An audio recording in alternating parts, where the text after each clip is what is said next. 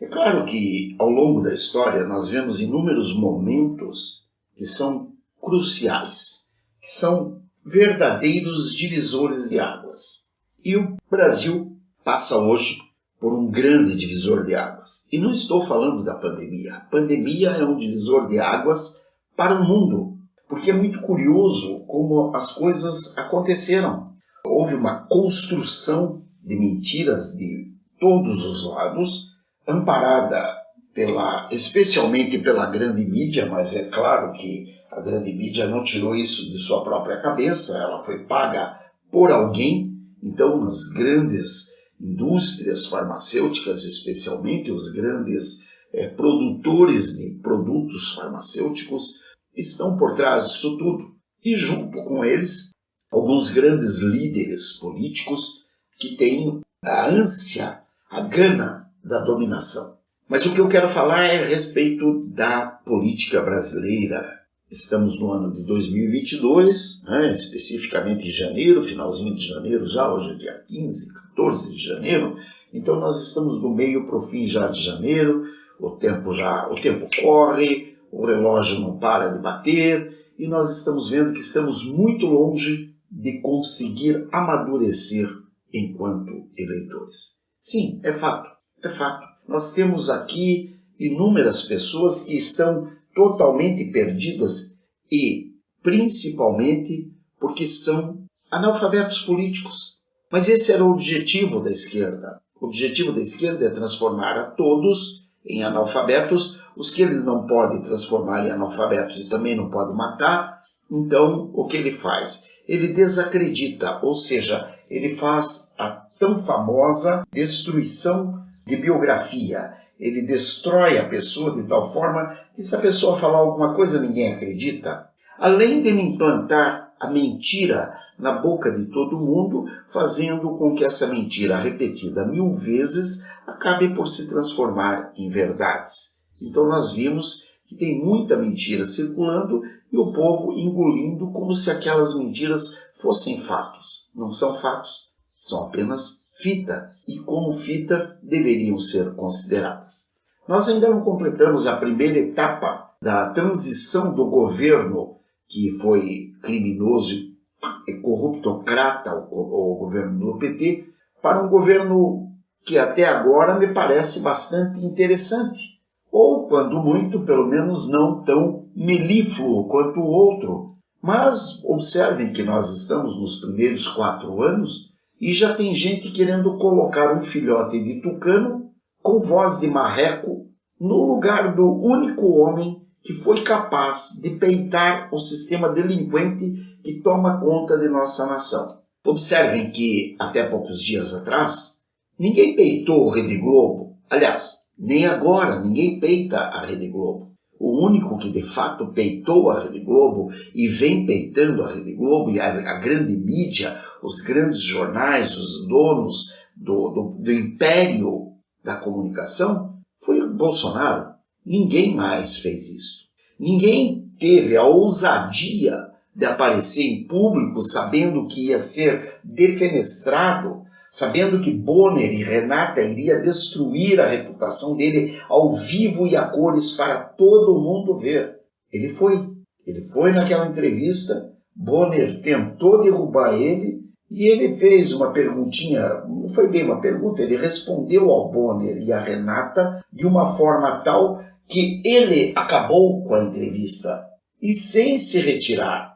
Ele não acabou com a entrevista como a grande maioria faz, pegando, tirando o microfone, jogando e saindo fora. Não, ele acabou com a entrevista entregando ao Bonner e à própria Renata aquilo que eles perguntaram para ele. O Bonner, eu lembro que ele até perguntou, mas você não está casando com o Paulo Guedes, assumindo uma espécie de um casamento com o Paulo Guedes, e se esse casamento acabar? Bolsonaro apenas vira para o Bonner e diz, com certeza você, quando casou com a Fátima Bernardes, também não esperava que teu casamento acabasse. Aquilo ali foi um tapa na cara do Bonner, desestruturou o Bonner ao vivo e a cores. E a Renata, a mesma coisa, quando a Renata pergunta ao Bolsonaro alguma coisa sobre dinheiro, porque eu não lembro bem como é que foi, que estavam falando acerca do dinheiro que que sendo público tinha que se dar satisfação e não sendo público não teria que se dar satisfação. Aí o Bolsonaro pega e pergunta para ela quanto ela ganha, uma coisa parecida, não lembro bem o vídeo. Ela disse que o dinheiro que ela ganhava não dizia respeito a mais ninguém.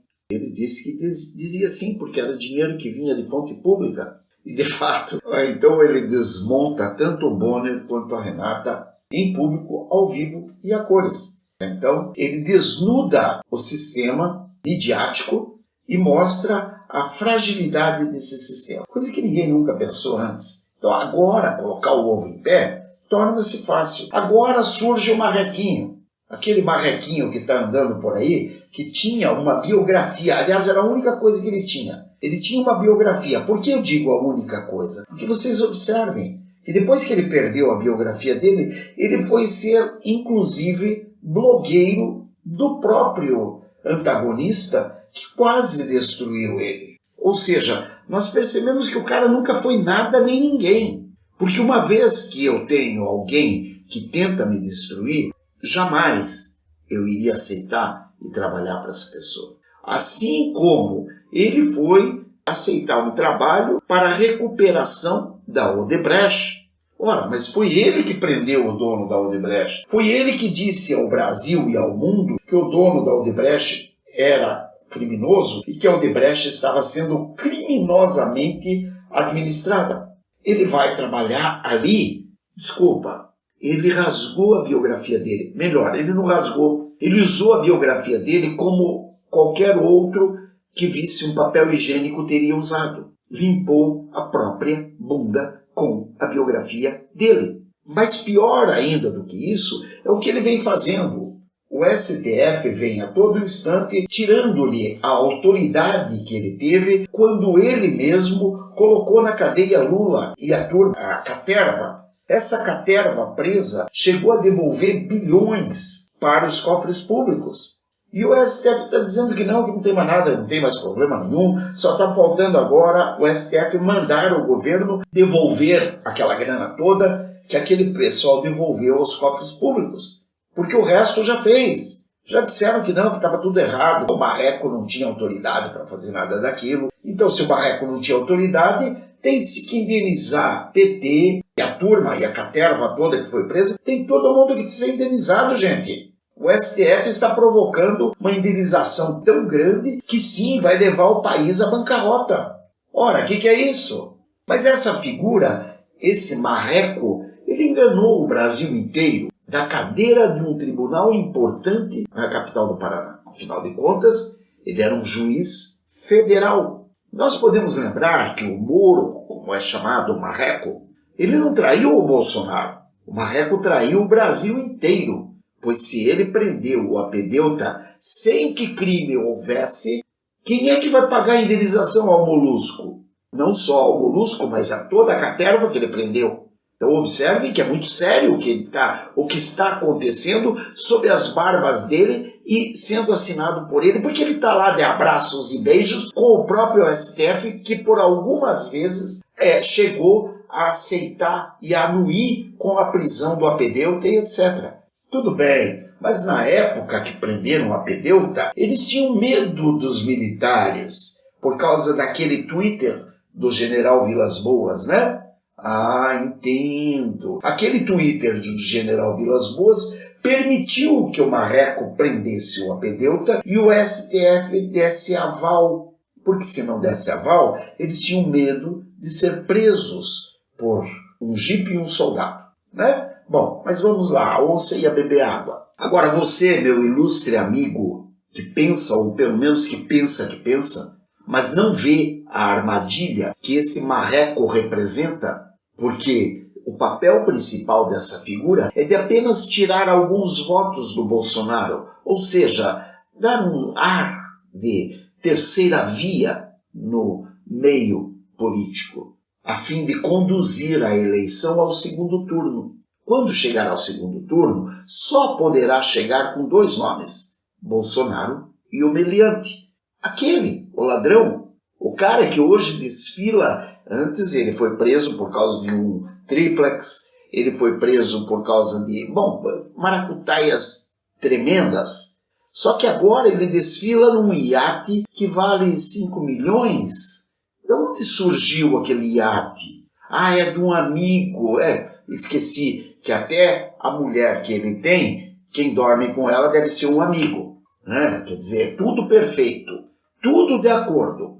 Olha, a eleição então devendo chegar ao segundo turno e havendo apenas Bolsonaro e o meliante, porque a eleição está polarizada assim, teria que haver uma tentativa de definição entre Bolsonaro e Lula. E nesse segundo turno, claro que todos os demais candidatos apoiarão quem? Apoiarão o meliante, óbvio, que fazem parte das vias restantes de resistência que se formou.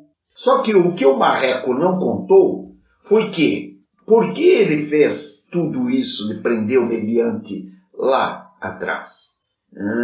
Ele trabalhava para o PSDB e ninguém sabia disso. Então ele fez um trabalho, colocou o meliante na cadeia, porque o PSDB estava bravo com o Apedeuta, porque o Apedeuta, pela teoria das tesouras, ficaria 8 anos no poder, sairia para que entrasse novamente o PSDB. Seria, pela teoria das tesouras, 8 anos PT, 8 anos PSDB. Sempre a esquerda cortando. Não importa quem estivesse no poder, sempre cortaria. Agora, o PSDB, que foi quem criou todo esse esquema, teria a condição de continuidade. Quem é rei não perde majestade. Não esqueçam você que pensa que tudo isso tem o objetivo de neutralizar a capacidade do povo de conduzir o Bolsonaro ao seu segundo mandato. Moro faz parte dos dementes que dependem do dinheiro público para continuar suas tramóias e maracutaias. Não se iluda.